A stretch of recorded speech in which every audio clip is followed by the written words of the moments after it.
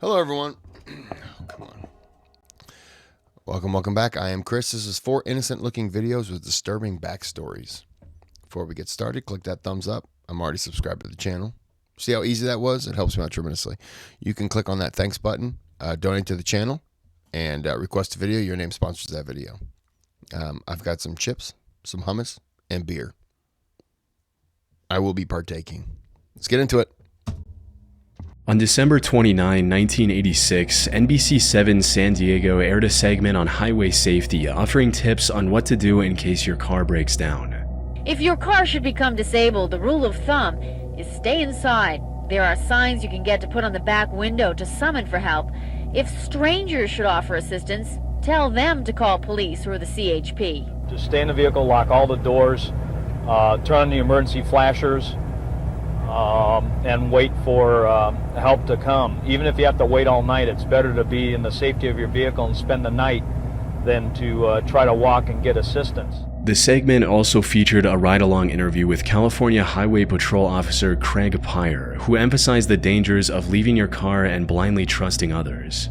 Anything could happen. Being a female, you could be robbed if you're a male. All the way to where you could be killed. Once you get in that other person's car, you're at their mercy. This broadcast concluded with an interview with a driver who ran out of gas. He had pulled over on the highway and set out on foot to find a nearby gas station. The bottom line, though, is that preventing all this trouble is easy. Be sure your car works, and as simple as it sounds, be sure you've got gas. Because even if you're lucky enough to get some, you still may be taking your life in your own hands. Do you realize how dangerous it is? Yes, I realize. In fact, I was putting the gas in, and an 18-wheeler came by and almost blew me away. Truthfully. However, what seemed like an innocent public service announcement was, in reality, aired in response to a horrific crime that took place in San Diego just 2 days prior. The victim of this crime was Kara Knott, a 20-year-old honors student at San Diego State University. She spent Christmas Day with her family celebrating the occasion and opening presents. After dinner, she made plans to spend the next couple of days with her boyfriend, Wayne Bautista. Wayne had severe flu at the time, and Kara wanted to nurse him back to health. So she drove to his house and stayed there for the next 2 days. On the 27th of December at around 8 p.m., she called her father, Sam Knott, from her boyfriend's place to let him know that she was on her way home. The drive from Wayne's house should have taken about 30 minutes, but when 2 hours passed with no sign of her, her parents began to worry. At around 10 p.m., Sam suddenly got up from his chair and said to his wife, "I'm gonna go find Kara." With that, he drove to Wayne's house, hoping that Kara would still be there. Unfortunately, Wayne told him that she left soon after she called Sam, and he had no idea where she was. Members of her family and Wayne began looking for her along the route she should have taken back home. However, despite driving around all night, they found nothing that could give them any insight into her whereabouts. Kara had vanished without a trace. That is until 5:15 a.m. when the family decided to drive down the Mercy Road exit ramp off of I-15. There, they found Kara's white Volkswagen Beetle. The driver's side window was halfway down, the keys were still in the ignition, and all of her belongings were still in the car. But there were no signs of Kara herself. The family reported this find to the police, who quickly began searching the area. Not long after this search began, they found Kara's lifeless body 70 feet below a nearby bridge. Later medical examination of her body revealed that she had rope burns around her neck and a mysterious round injury above one of her eyes. After a complete analysis of her injuries, the coroner concluded that she had been strangled before being thrown from the bridge. Other than these injuries, there were no signs of anything being done to Kara. This made it extremely difficult for investigators to pinpoint the killer's motive behind this horrific crime. There were no signs of someone else being in the car either, which also made it difficult to determine why she would drive off the main highway down an abandoned exit on her own. Kara's boyfriend was the last person who saw her alive. This made him the lead suspect in her murder, but he was soon cleared of any suspicion since he was at home recovering from the flu when the crime happened. The only clue investigators had left was a receipt from a Chevron gas station about 15 miles from the crime scene. Kara likely stopped there on her way back.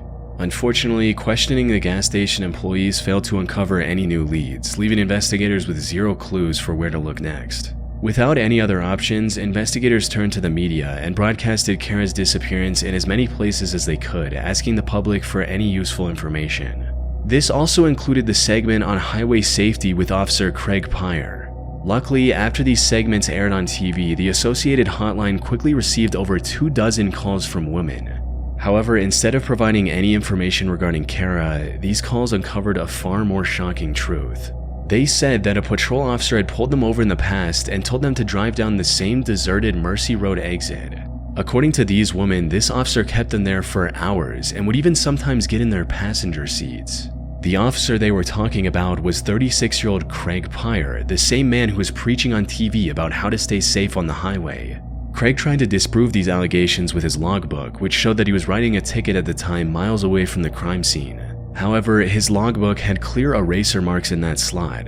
1 week after the incident, the San Diego Police Department began a formal investigation with Craig as the lead suspect. And it didn't take long for them to find mountains of evidence that proved his involvement. While searching his car, investigators found a yellow rope, which was just as thick as the marks on Kara's neck. They also found his flashlight, which matched the wound above Kara's eye.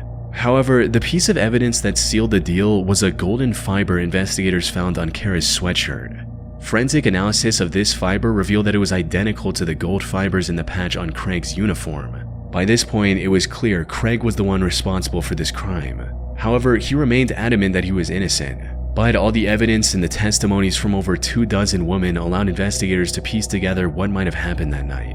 As the story goes, Craig saw Kara driving alone and decided to pull her over down the Mercy Road exit, just like he had done with dozens of women before. However, instead of going along with him, Kara decided to fight back and maybe even threatened to file a complaint against him. That's when he lost control and hit her with the flashlight in his hand. Upon realizing what he had done, Craig now had two choices: let Kara go and risk ruining his career, or make sure she never talks to anyone again. Craig chose the second option. After strangling her with a rope, he put her on his car's hood, drove up the bridge, and threw her off the side. On January 16, 1987, Craig was arrested from his home and later sentenced to 25 years to life in prison. He's since applied for parole twice, but was rejected both times and is still behind bars. It's still crazy to think that Kara's case might have gone unsolved if Craig hadn't agreed to do this now haunting video interview.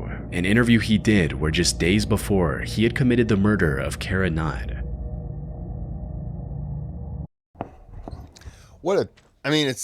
I already knew about this one, but like, she was over at her boyfriend's house nursing him back from the flu. Like, what a good person. What a nice person. And she runs across a monster.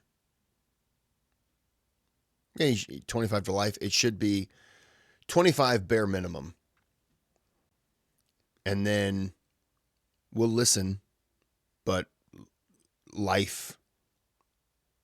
I mean, one murder is one thing, but when you have dozens of women saying that this is what he's done, yeah, no, you don't get out. You don't pass go. You don't collect $200. Sorry, this isn't Monopoly. This is real life. And when you affect that many people, yeah, no, you don't come out. You become a prison bitch, and that's your life. On June 2nd, 2016, a woman named Christina Kellen posted this video of her pet parrot talking like a human.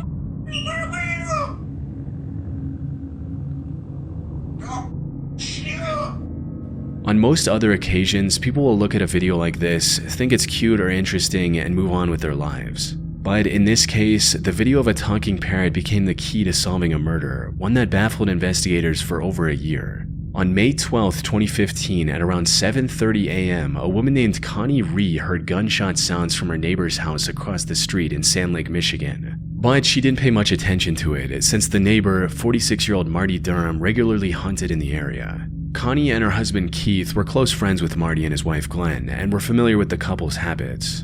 However, later that day, Keith notified Connie and told her that Marty wasn't answering his phone calls or text messages. So after finishing her work, Connie went out to the Durham house to investigate. The doors were locked and no one answered when she knocked. She assumed the couple wasn't home and went back to her house. But when an entire day passed without any word from Marty or Glenn, Connie became concerned and decided to check on them again. This time, she noticed that one of the doors was unlocked and went inside. At first, she found the living room, which was a complete mess. It looked like the place had just been robbed. However, nothing could have prepared Connie for what she came across next. As she entered the master bedroom, she saw both Marty and Glenn lying on the floor, covered in blood. She immediately ran outside and called for help. A group of firefighters was already nearby and rushed to the scene. After taking note of the situation, the first responders pronounced that both Marty and Glenn were already dead. Both had bullet wounds on their bodies, and judging from the state of the rest of the house, it looked like a robbery gone wrong. But before they could begin investigating who the supposed robber was, something completely unexpected happened. About an hour after the initial report, a police officer who was on the scene noticed that Glenn looked like she was breathing. He walked up to her to check for a pulse, and that's when she opened her eyes and sat up straight despite having a bullet wound behind her ear. She was taken to the hospital for treatment. Miraculously, her wound wasn't lethal, resulting in her surviving the incident. Marty, however, wasn't as fortunate. He was shot 5 different times and didn't make it.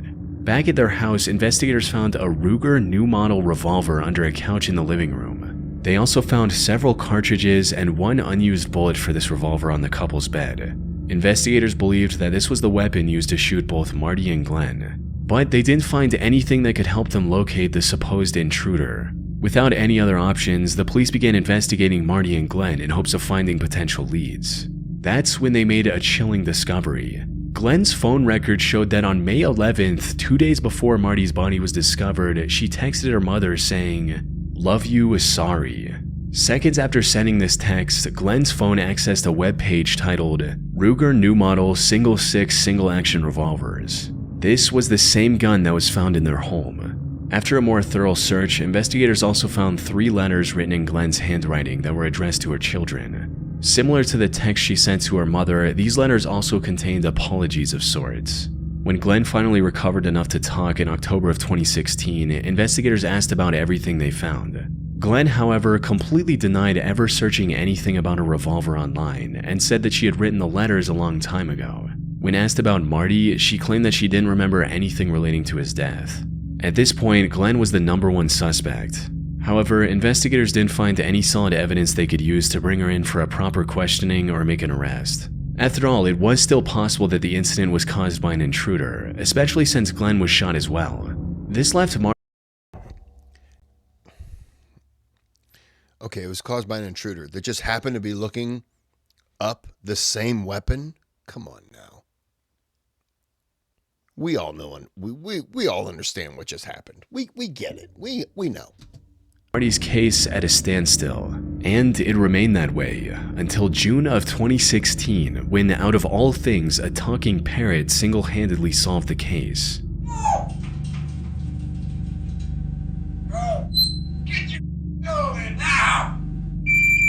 You see, the African gray parrot in this video was named Bud, who originally belonged to Marty. He was later handed over to Marty's ex-wife Christina after his death. The thing about this parrot is that he was in the house when everything went down and witnessed everything. For those who don't know, African gray parrots are among the most intelligent parrot species. They're great at imitating human speech and even understanding the meanings of some words. They're also more likely to repeat what they heard during a high-stress situation. This is why, while in the care of Christina, Bud kept repeating what he heard on that day over and over again. Probably about a month or so after Bud got here, I would hear him scream and squawk, and it would... Sounds to me like that bird's a snitch. And we all know snitches get stitches. Hey, I'm not talking to you. I'm talking to the bird. What are you doing? No, I'm talking to the bird, not you, boy. happen a lot at nighttime, but then one day, literally, he just kept going over and over again, the same oh, and it sounded like 2 different voices. And I was just so freaked out that I took it upon myself to record it. If we go back to the video of him speaking, we can make out what sounds like an argument between Glenn and Marty.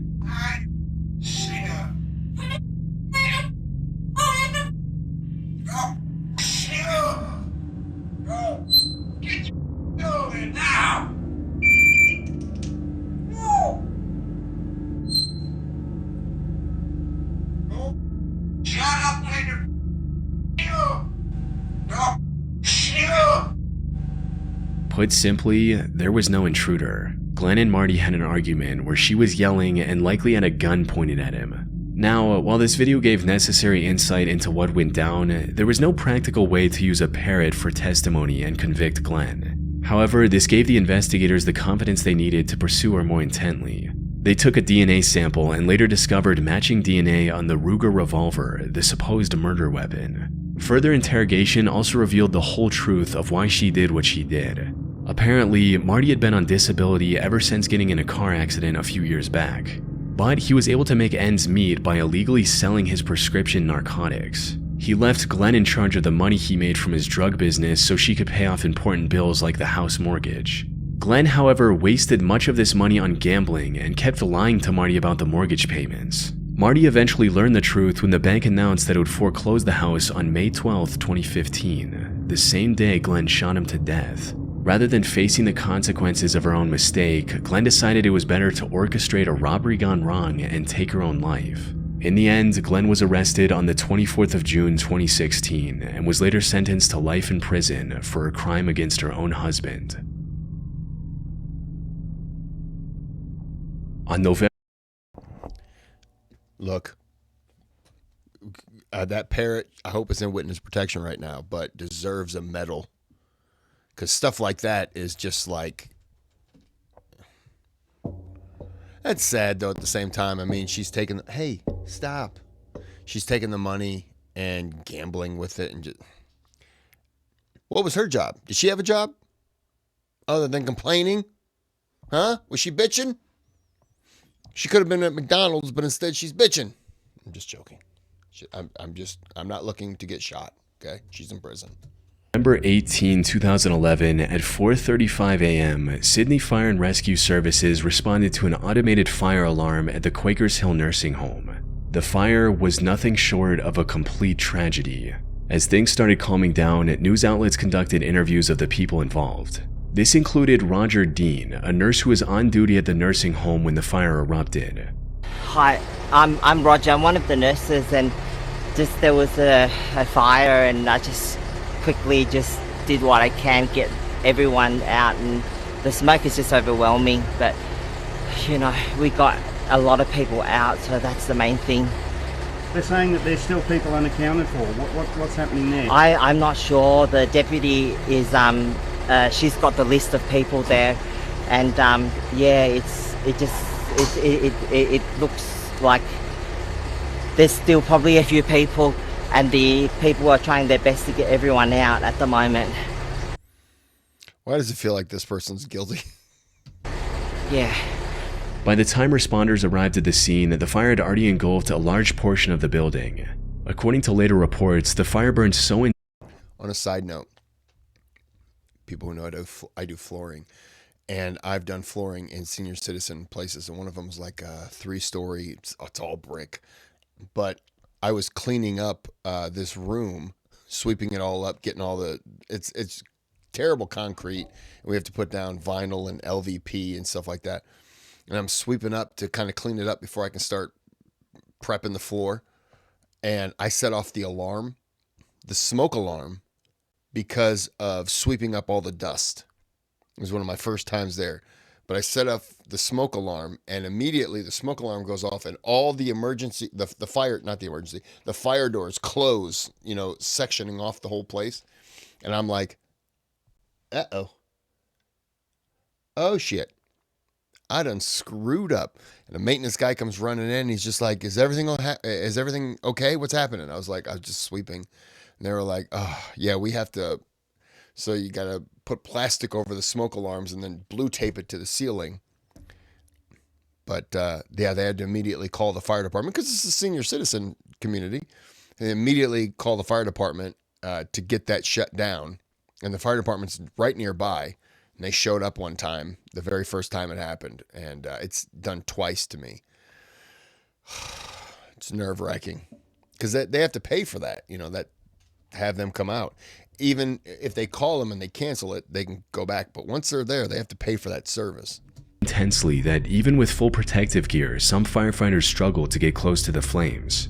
What made this already dire situation even worse was that the burning ward housed bedridden dementia patients who were completely unable to escape on their own. Outside, rescue workers could hear the desperate cries for help, but were powerless to act because of the extreme heat. Despite these difficulties, they managed to get over 100 residents to safety. Among those trying to help, however, was Roger Dean, who rushed in to secure vital medication records before firefighters stopped him from going back into the flames. This man was hiding a disturbing secret beneath the surface. As it turns out, Roger was the one who started the fire in the first place. Of course he did. It all started with him stealing prescription medication from the nursing home by the hundreds. Just a day before the fire, security cameras caught him accessing the medication closet 36 different times during his shift to steal pills and capsules. However, his luck ran out when other staff members at the nursing home noticed the missing medication and reported it to the police. At this point, Roger knew it was only a matter of time before he got caught. So he came up with the horrible idea to start a fire and steal the medication records during the chaos. And while he managed to execute this plan successfully, the fire also resulted in 11 elderly residents losing their lives to the flames. After he was arrested, Roger came up with the most bizarre excuse to explain his actions. It was like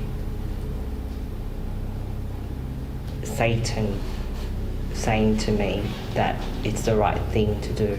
In actuality, there was No, it was just you being a piece of shit. Don't blame it on Satan. Even Satan looks down on you right now. Satan's like, ugh, what an asshole.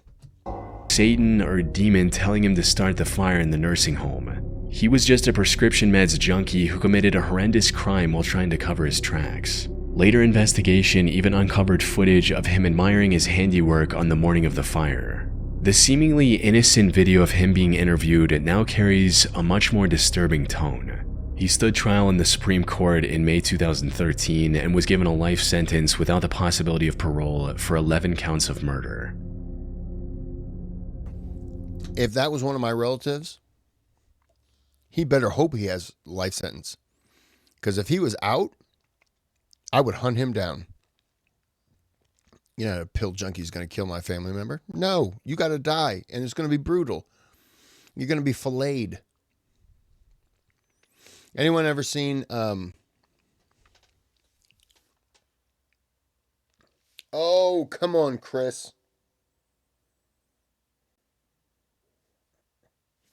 I want to find the movie. Hold on. Okay, sorry. Reservoir Dogs.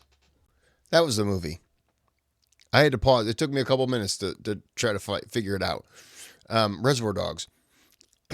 I would be the lunatic who just was dancing around after he cut the guy's ear off and he's talking into it. Hey, can you hear this? Yeah, that's what that guy would expect from me. It would be, I'm going to go ahead and give you a lot of paper cuts and then we'll heal him up with some gasoline. Yeah, he would have hated me. He would have been like, yeah, I don't appreciate this. I'd be like, yeah, too bad. On May 16, 1992, Mexican singer-songwriter Chelino Sanchez gave one of his best performances to date. I've heard this. This one's brutal as well.